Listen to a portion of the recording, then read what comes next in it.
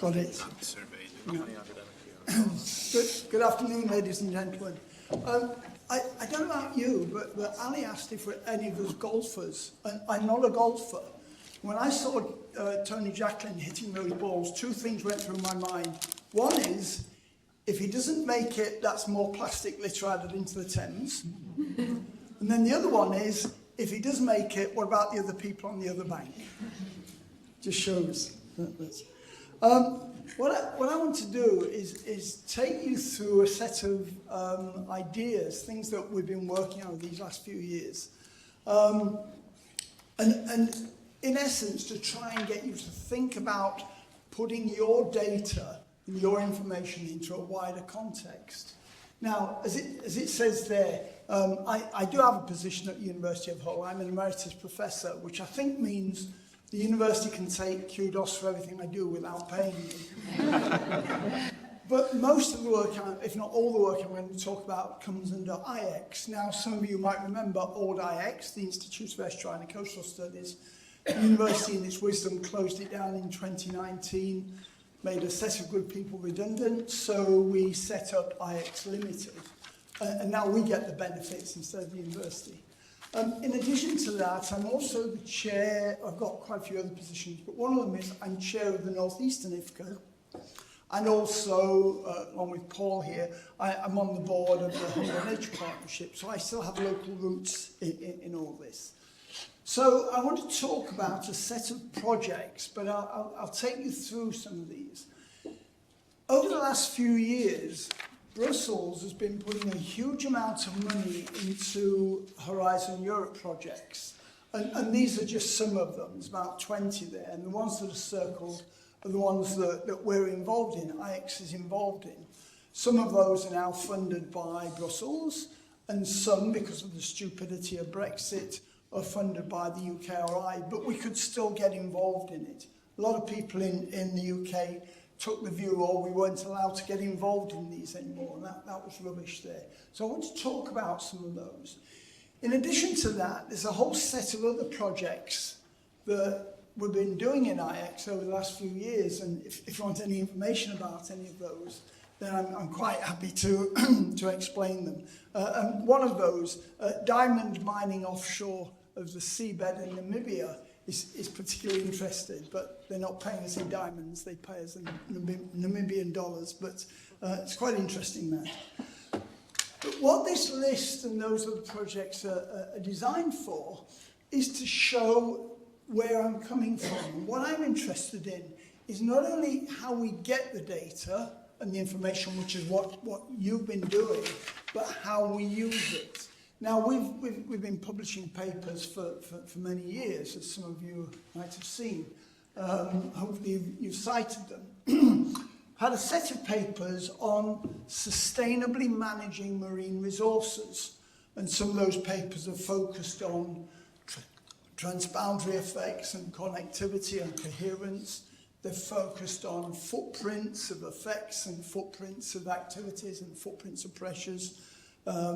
Management responses, and the latest one that we've done, this one here, which is, we suddenly said, yeah, we've got all this stuff, but how do we know we've been successful at doing it? So we give a whole load of indications in there of how we've been successful. So within this, what I want you to think about are these questions. What data have you got? Are they quality control data? How did you obtain it? Obtain them, rather, sorry. What methods? Were the methods quality assured? Can you turn the data into information and knowledge? What will you do with them? Will the data just be there as a security blanket? It's nice to have. But what will you do with them there? And that. Will anyone else use the information? And then things like, will they be recorded as official data? Now, we've just done a project for the European Union. So that screen's gone off, it's okay. Just done a project for the European Union looking at EMODNet. Now, EMODNet and Marine Wise, or Wise Marine, are the European Union's repositories of marine data, including the UK information.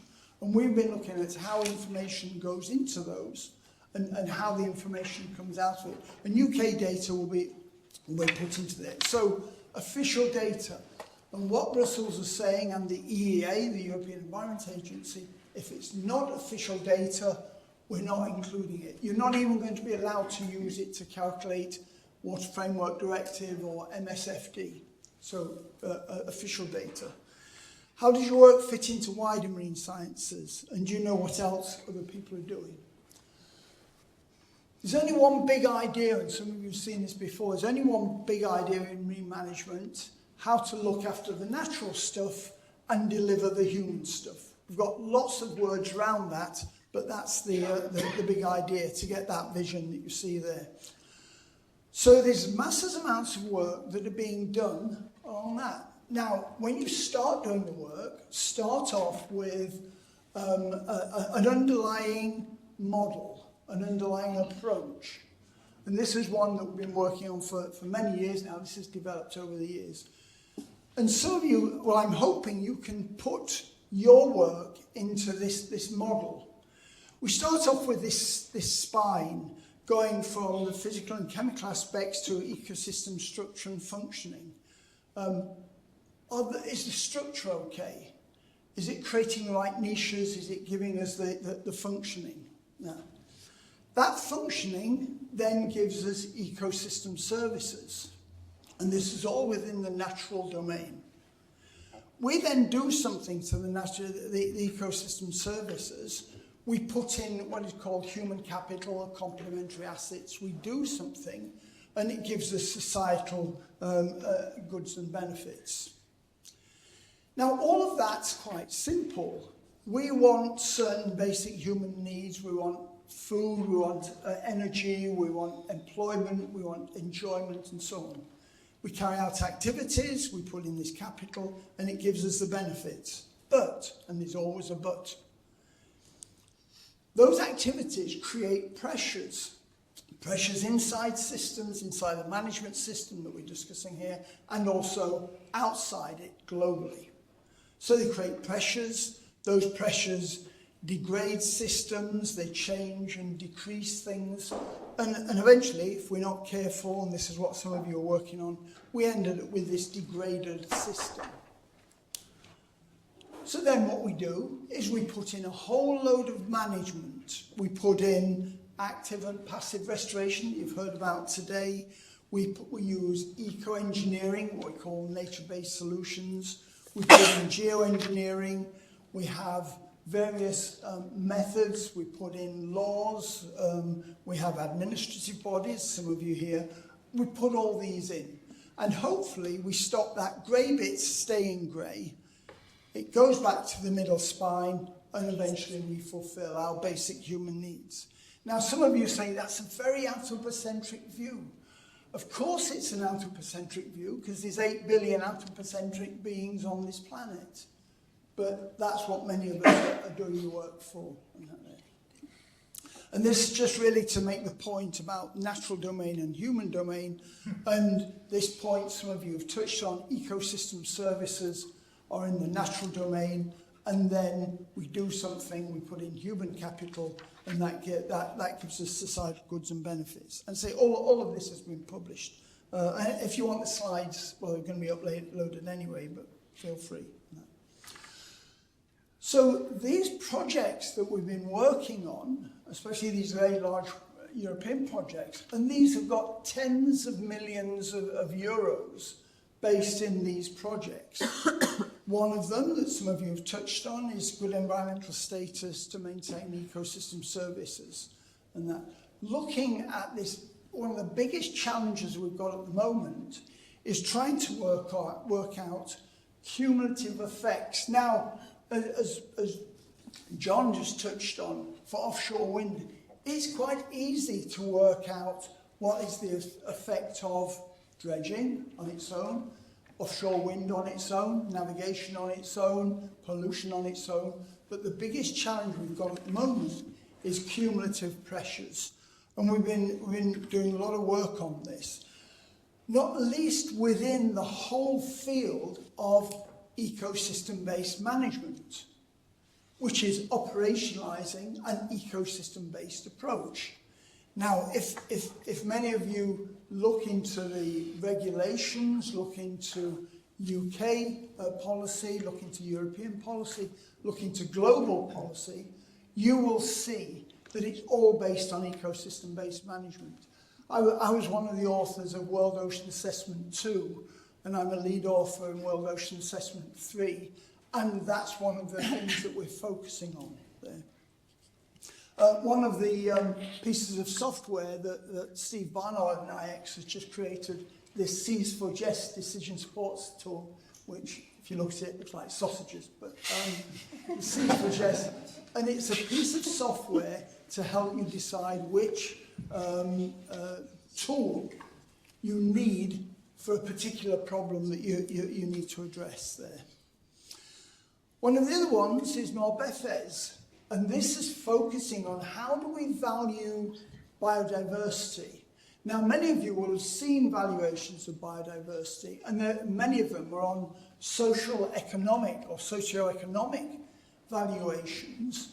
What we're doing in Marbefes is looking at not only socio-economic valuations of biodiversity, but social-cultural valuations, and important for many of you here as ecologists, we're looking at ecological valuations.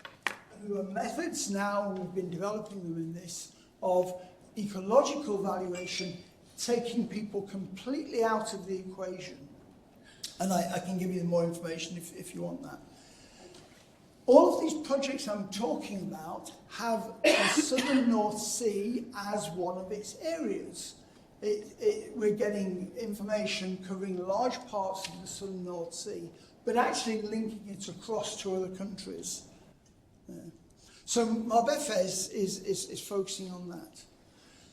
The next one that we have a role in all of these leading work packages and leading tasks. And the next one is Marine Sabres.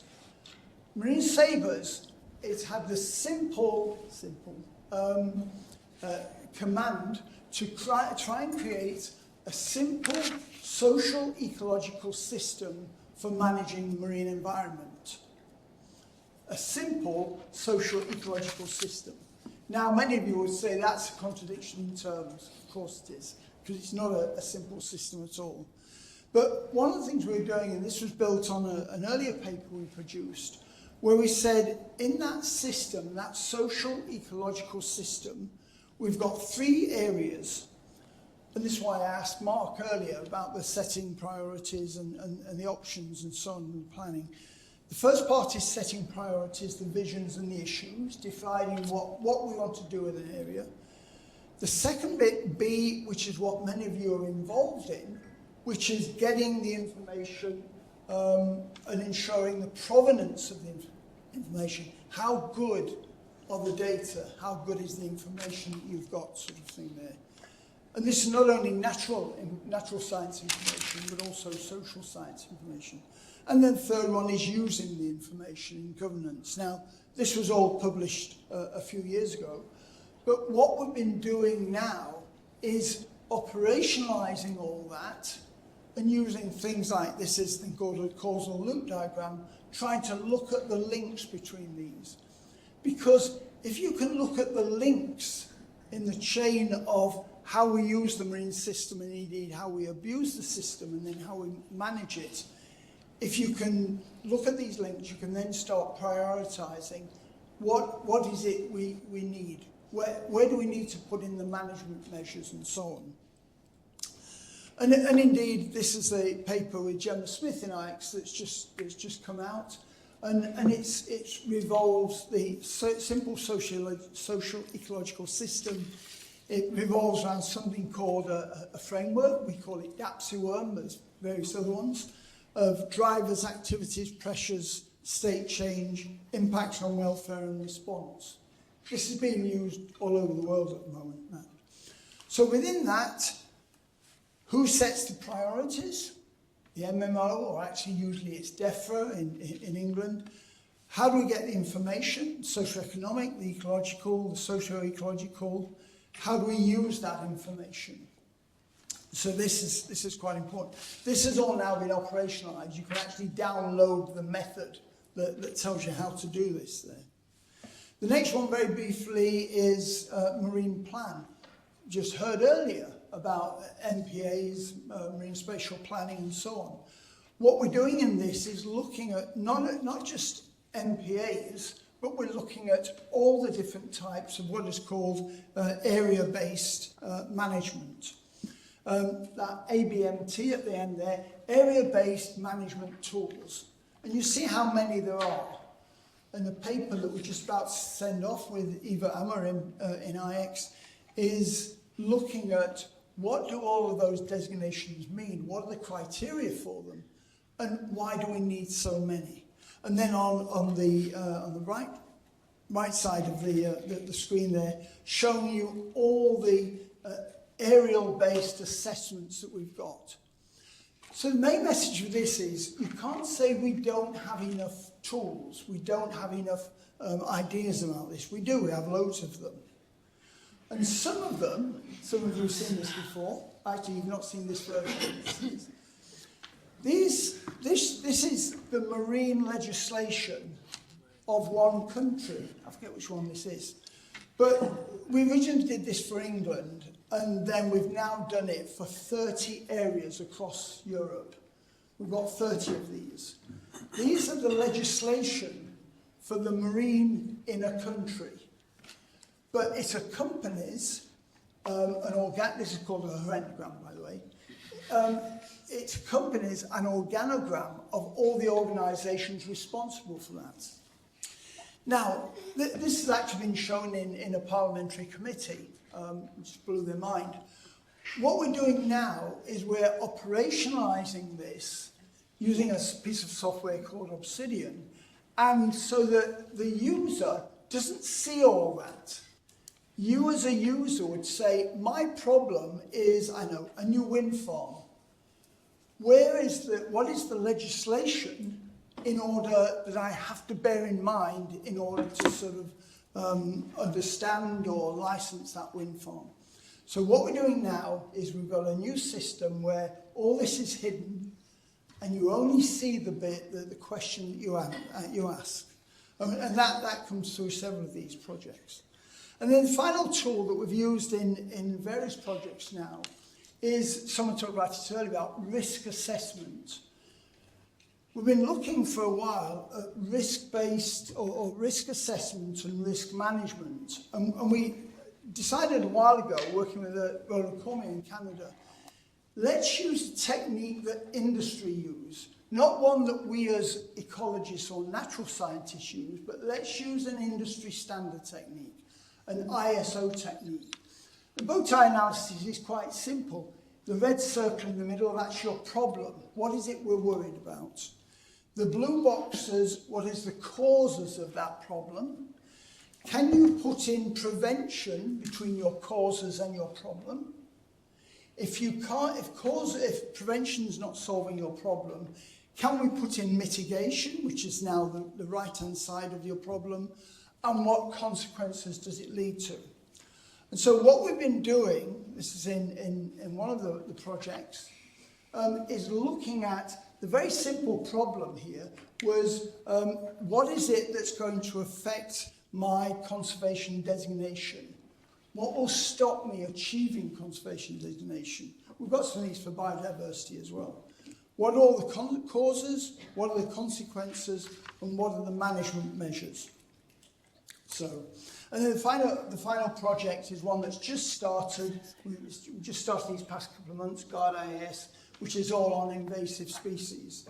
And what we're doing in this is, one of the things that we're working on is what are the tools in order to control these, or at least try and control them.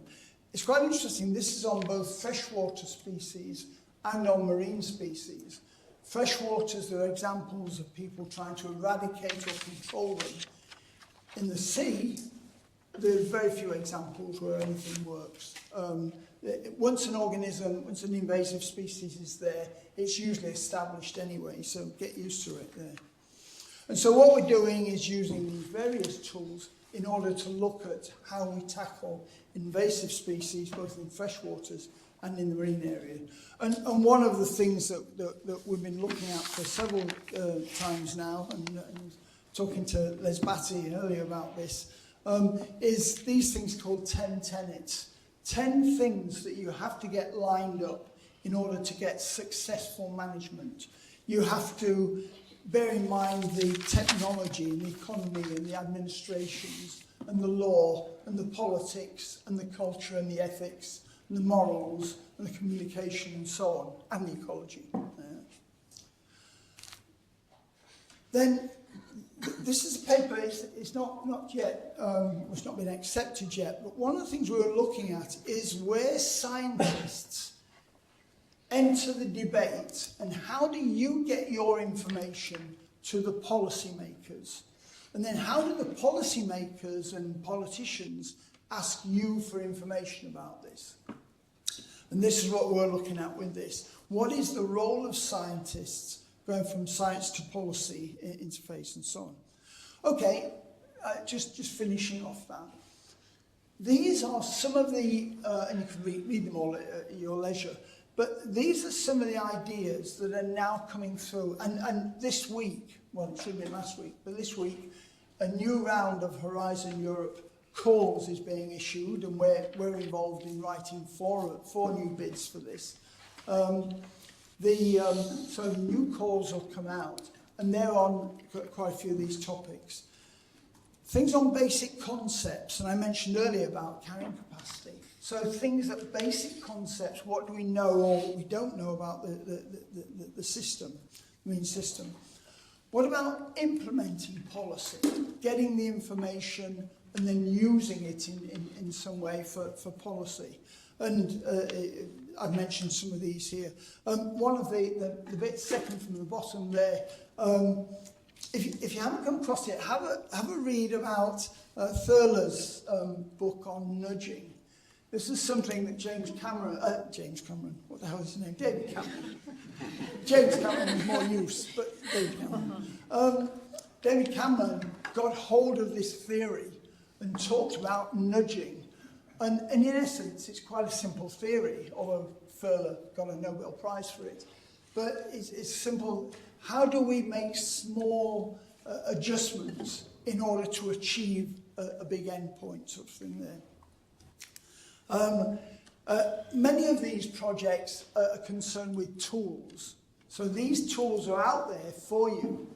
And these go from ecological tools, economic tools, legislation tools, and so on. So we've got many of those tools. And then finally, many of these projects, if they do anything, and if your work does anything, it has to lead to policy recommendations, policy implementation. We're not doing this just for the sheer hell of it. We're not doing it for an academic exercise. We all want to try and achieve something. I don't know how many of you have seen the David Attenborough movie. My wife and I went to see it at the cinema the other day. It's an amazing film, but there's a few things that I think is in danger of misleading the public. There's one bit in it where he's suggesting that if we stop fishing in areas, it will stop corals being bleached. And I think he's made a few leaps of faith in all this. But go and see it yourself. Anyway, policy recommendations, and then the thing right at the end there, capacity building, which is what this is here for. So that's a quick whiz through the things that are going through our minds at the moment. There's masses of stuff out there. What I'm trying to do is stop people in the UK looking inwards and make you look outwards, because there's many of the things where you say, oh, we don't know something. And I can say to you, but there's this project that was done on that, and there's a lot more information out there. And then, for those of you who can't sleep at night, the treatise on estuarine and coastal science there is 7 volumes of everything you need to know about coasts and estuaries.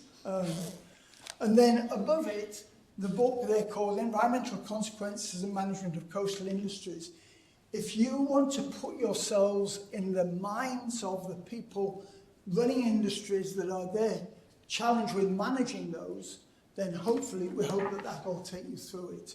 That was something that started out as a nuclear power document, but then changed radically. And then, so I hope that was useful.